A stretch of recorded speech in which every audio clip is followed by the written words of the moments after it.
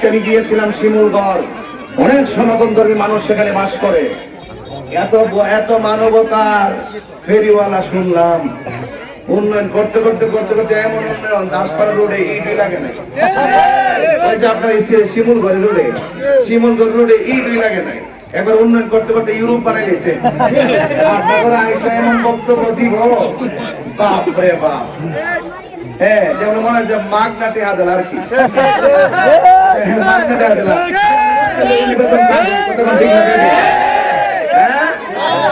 রহমতে আপনাদের যে প্রার্থী তাহির হুজুরের একটা করে ঋণ নাই, কি নাই, একটা করে ঋণ নাই। মরে গেলে খা আল্লাহ কাছে কইতে আমার ঋণ নাই, ঠিক আছে? হ্যাঁ, এই জন্য আমি আপনাদের কাছে জানাইতে চাই, ওই কথাটা বলতে চাই যে মানুষ মানুষের জন্য, এই দুনিয়াতে অহংকারের জায়গা না, ঠিক না বেটে? এই জন্য আপনাদেরকে অনুরোধ করে বলবো যে যত মানবিক হবেন ততই ভালো। আমি শুনেছি এলাকাতে এসে আমাদের বিভিন্ন ধরনের আমাদের অনুসারী যারা শিমুলগড় এবং রামেশ্বর অনেক জায়গায় আমাদের কর্মীদেরকে আঘাত করা হয়েছে। আমারও গাড়ি গতকাল ব্যারিকেড দেওয়া হয়েছে, বলছে যে এখানে প্রচার করা যাবে না। ওরা বলছে যে এখানে আমাদের ইমাম আছে, ইমাম, আমাদের ইমামের দরকার নাই। মনে হয়েছে জিজ্ঞাসা করতে চাইছিলাম কি ইমামে কোন মসজিদ ইমামতি করে, মানে কথা তো সিস্টেম আছে ভাই, ঠিক আছে? যাই হোক, বাক স্বাধীনতার রুদ্ধ করে আমার পথকে রুদ্ধ করেছে।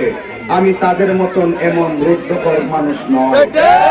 আমি ভালোবাসা দিয়ে সেখান থেকে বিদায় হয়ে চলে এসেছি। আমি বলেছি বাবা আপনার প্রচার আপনি করেন, আমার প্রচার আমি করি।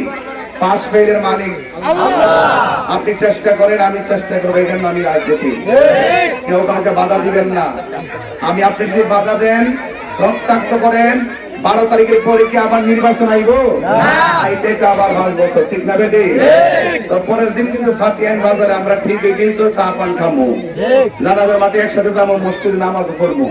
নির্বাচন আইছে, নির্বাচন যাইবো গা। এই জন্য কাউকে রাজনীতি সূত্র ধরে রক্তাক্ত করা, মেরে ফেলা, আঘাত করা, এটা কখনো সভ্য রাজনীতি হতে পারে না, ঠিক না বেটি? এই এলাকাতে এসে এই কথাগুলো প্রথম টেনেছি কেন? কারণ এই এলাকার সাতিয়ানের মানুষ আঘাতপ্রাপ্ত হয়েছে। আমি মজলুমের পক্ষে আছি ইনশাআল্লাহ। আমাকে আপনারা যে যাই ভাবেন না কেন, প্রত্যেক দাবি আদায়ের লড়াই, আমি বিড়ালের বাচ্চা না। আপনি হুমকি দিলে আমি ভাগ্য জমকা। হ্যাঁ, মোমবাতির যে সমর্থক আছে, এটা শিশাডালা পাঠিয়ে চাই তো আরো শক্তিশালী কথা বলে। এই জন্য বলছি, আধিপত্য দেখিয়ে, পেশি শক্তি দেখিয়ে কথা বলবেন না। এই জন্য আমরা শান্তির লক্ষ্যে কাজ করতে আসছি। আমরা শান্তি চাই, আমরা শান্তি চাই, ঠিক না বেটে? তো শান্তির লক্ষ্যে মোমবাতির পক্ষে থাকার দরকার আছে কিনা? আমি এলাকার যারা নেতা নেত্রী আছেন সবাইকে বলি, ভালোবাসার ভিত্তিতে রাজনীতি করেন, রাজনীতি করবেন মানুষের জন্য, কোনো মারামারি করার দরকার নাই। আমি ওয়াজের মানুষ। আপনারা অনেকে বলেন আমি কেন ওয়াজ ফালায় এখানে আইছি।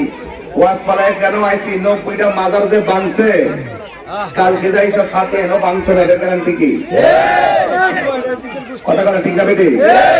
আমার কথা হইলো যে আপনার সাথে আমার মতাদর্শের ভিন্নতা হতে পারে, কিন্তু আঘাত করা যাবে না। আপনি দাওয়াত দিতে থাকেন ইনশাআল্লাহ।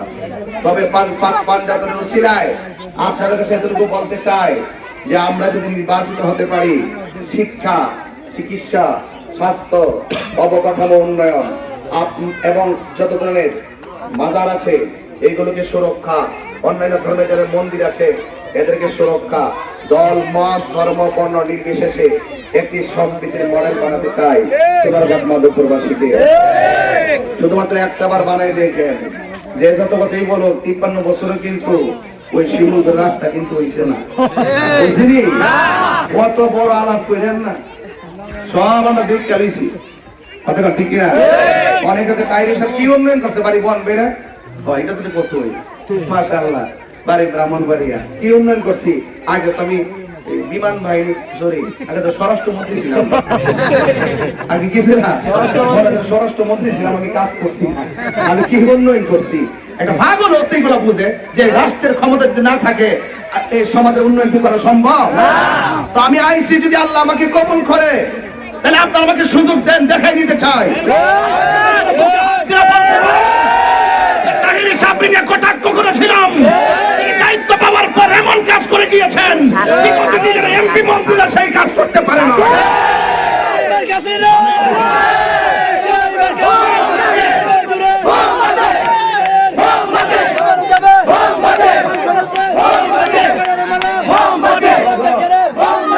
আমি কি বুঝাতে পারতেছি কথাগুলো? আমার কথা কি বুঝতে পারছেন? তাহলে আমরা রাজনীতি করব, প্রতিশোধের রাজনীতি না, আমরা প্রতিযোগিতা করব, আমরা প্রতিহিংসা করব। আমার সমর্থনকারী যারা আছো, ফেসবুক কিংবা কোন ধরনের প্রতিপক্ষের ব্যানার ট্যানার কোনোদিন ছেড়া যাবে না।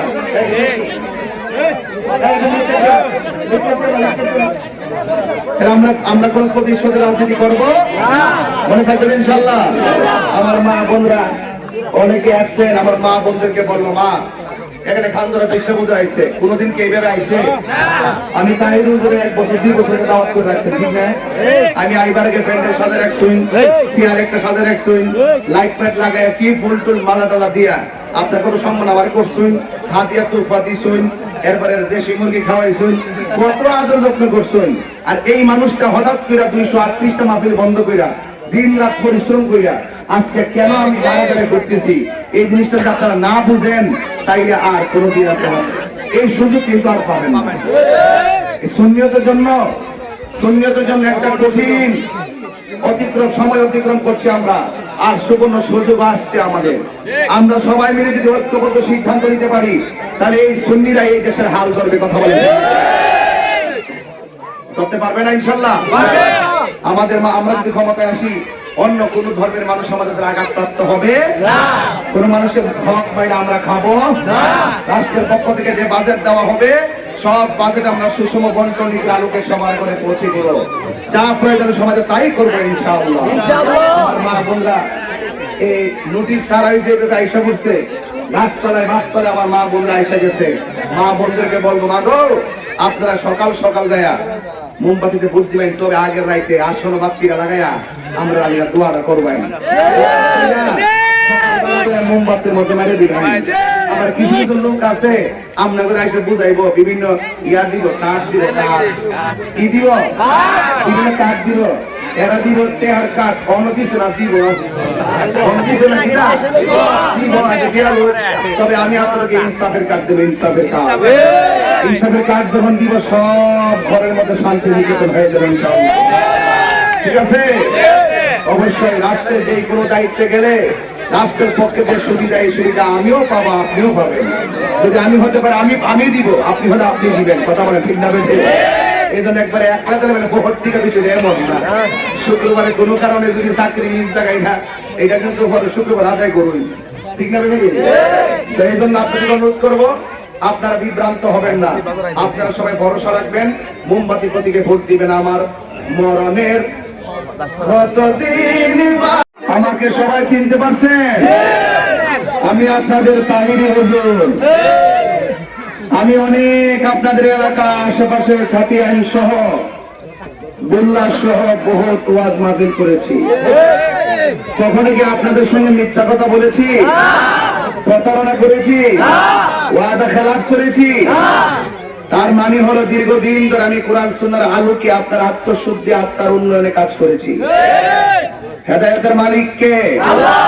আরো বড় করে এখন আমি সামাজিক ভাবে, রাজনৈতিক ভাবে যে অস্থিরতা শুরু হয়েছে, এই অস্থিরতা দূর করার জন্য সমাজের বিভিন্ন ধরনের সমস্যা সমাধানের লক্ষ্যে মানবিক যোদ্ধা হয়ে বৃহত্তর সুন্নি জোট থেকে মোমবাতি প্রতীকে নির্বাচনে এসেছি, ঠিক কিনা বলেন?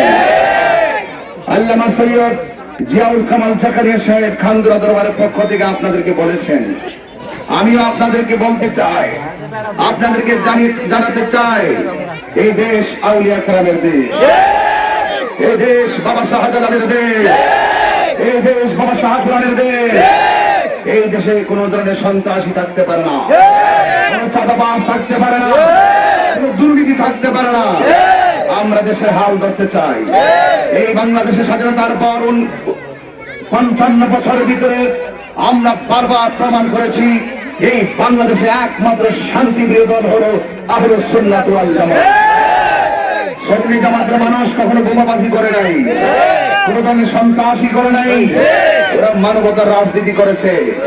আজকে খানকা ছেড়ে রাজপথে আসার মূল কারণ ব্যক্ত করছি, দাসপাড়ার মানুষ আমরা কাহারো দাস হয়ে থাকতে চাই না, আমরা কাহারো গোলাম হয়ে থাকতে চাই না, আমরা ভালোবাসার মাধ্যমে সমাজের খেদমত করতে চাই। এই জন্য আপনাদেরকে অনুরোধ করব, আজকে বৃহত্তর সুন্নি জোট আমরা মোমবাতি প্রতীকে এসেছি, আপনারা মোমবাতির প্রতীকে ভোট দিবেন ইনশাআল্লাহ। আমরা কি করব? আমরা শিক্ষা স্বাস্থ্য অবকাঠামো উন্নয়ন করব। আমরা কি করব? আমরা আপনার সন্তানদের মাদকে দাবিত না হয় আমরা জিরো টলারেন্স ঘোষণা করব। আমরা কি করব? বাজার ব্যবসায়ীরা, ছাতিয়ানের ব্যবসায়ীদের কাছে যারা চাঁদা চাইতে না পারে, চাঁদাবাজদের কবর রচনা করব। চাঁদাবাজি বন্ধ করে দিব ইনশাআল্লাহ।